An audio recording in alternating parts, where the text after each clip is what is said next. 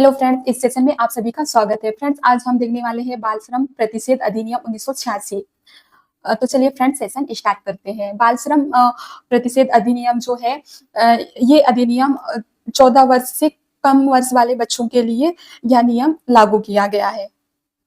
ये जो अधिनियम है, भारत में बाल श्रम का एक कठिन सामाजिक, आर्थिक और कानूनी समस्या है। औद्योगिकरण और शहरीकरण के चलते बच्चों का शोषण को बढ़ा रहा है और बालकों से सस्ते मजदूर की तरह काम में लिया जा रहा है। इसी को देखते हुए सरकार ने 1986 में यह अधिनियम पारित किया ताकि बच्चों को शोषण से बचाया जा सके। ये बालक, जैसे मैंने इसमें शुरू में बताया कि ये जो अधिनियम है 14 वर्ष से कम वर्ष वाले बच्चों के लिए है और ये अधिनियम 2016 के संशोधन के बाद में 14 से कम वर्ष वाले बच्चों के लिए सख्त रूप से लागू किया गया है। जैसे उदाहरण के लिए 12 साल का जो बच्चा है, अगर ढाबे में बर्तन धोता है तो ये एक बाल श्रम अधिनियम का उल्लंघन हो रहा है। अगर हम इसमें किशोर की बात करें तो किशोर जो है, इसकी जो आयु है 14 वर्ष से 18 वर्ष के बीच में होती है। तो ये इन्हें केवल गैर खतरनाक कार्यों में ही नियोजित किया जा सकता है। जैसे उदाहरण के लिए 16 वर्षीय किशोर अगर खदान में काम करता है तो यह एक गैर कानूनी है, क्योंकि खदान जो है खतरनाक काम की श्रेणी में आती है। और जैसे खतरनाक कार्य जो है, ऐसे कार्य जो बच्चे के लिए स्वास्थ्य, सुरक्षा, मानसिक विकास के लिए हानिकारक है। जैसे उदाहरण के लिए फटाका की फैक्ट्री, बारूद भरने का काम, चमड़ा फैक्ट्री में तेजाब से काम करवाना, ये सभी जो काम है, ये सभी काम जो है ये खतरनाक काम हो सकते हैं किशोर के लिए। प्रतिषेध, ये प्रतिषेध जो है ये 14 वर्ष से कम वर्ष के आयु के बच्चों को किसी भी प्रकार के कार्य या व्यवसाय में रखना एक अवैध है, क्योंकि 2016 के संशोधन के बाद में यह नियम घरेलू कार्यों और पारिवारिक व्यवसायों पर भी लागू किया गया है। जैसे उदाहरण के लिए जो यहाँ पे 10 साल का जो बच्चा है, ये अपने पिता की वेल्डिंग वर्कशॉप में पूरे दिन काम करता है, तो यह एक तरह से नियम का उल्लंघन हो रहा है। भले ही वो पारिवारिक काम है, फिर भी यह अधिनियम का उल्लंघन है।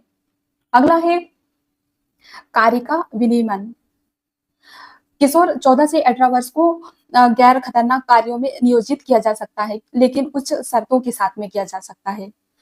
इसमें अधिकतम कार्य का जो समय दिया है 6 घंटे प्रतिदिन, यानी कि प्रतिदिन 6 घंटे का काम कर सकता है।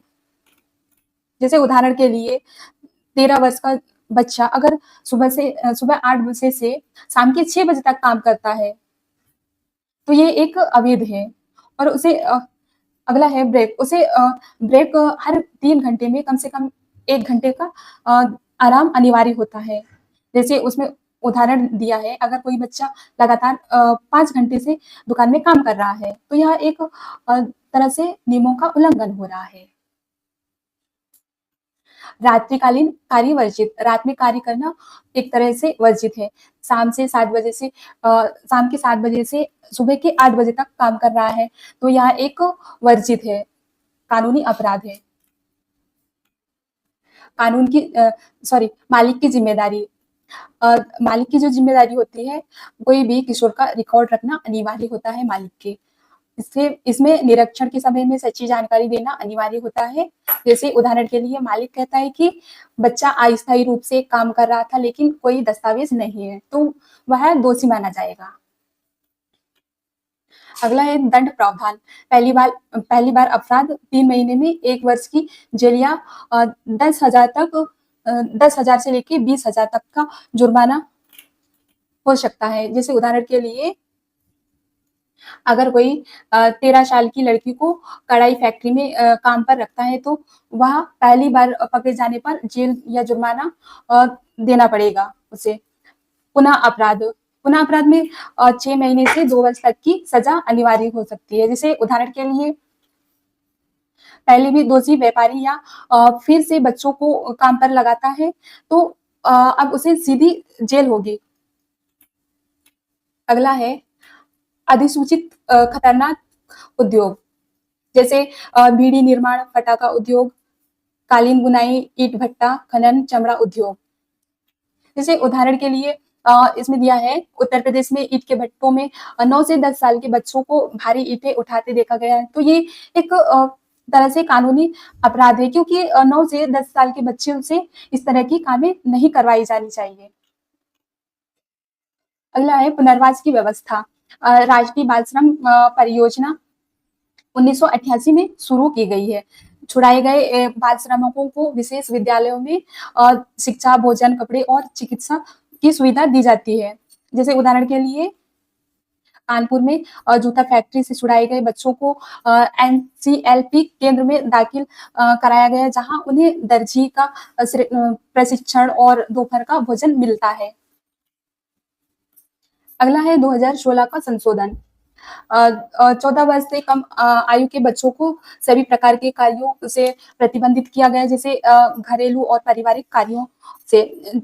14 से 18 वर्ष के किशोरों को खतरनाक कार्यों से प्रतिबंधित किया गया है। जैसे उदाहरण के लिए 15 साल का किशोर अगर केमिकल फैक्ट्री में काम करता है, तो ये स्पष्ट रूप से गैर कानूनी है।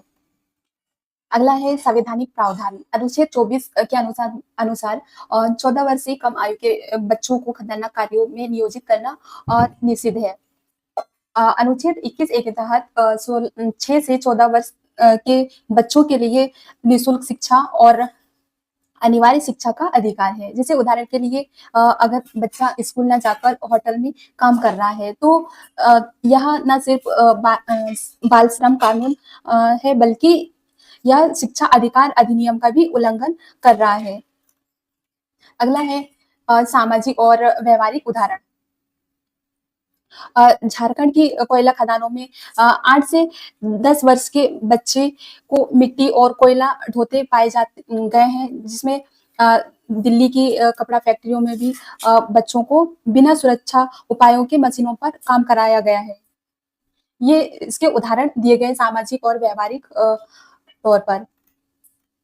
इसमें कुछ इम्पोर्टेंट पॉइंट दिए गए हैं। भारत में बाल श्रम रोकने के लिए संविधान, अधिनियम, पुनर्वास योजना तीनों एक साथ कार्य करते हैं। इसमें बाल श्रम अधिनियम का उल्लंघन करने वालों को जेल और जुर्माना दोनों हो सकता है, और एनसीएलपी जैसी योजनाएं पुनर्वास को लागू करती है। यह प्रशासनिक दृष्टिकोण से महत्वपूर्ण है। ILO अंतर्राष्ट्रीय श्रम संगठन के दिशा निर्देशों के अनुसार भारत ने 2017 में ILO 138 और 182 को भी मान्यता दी है।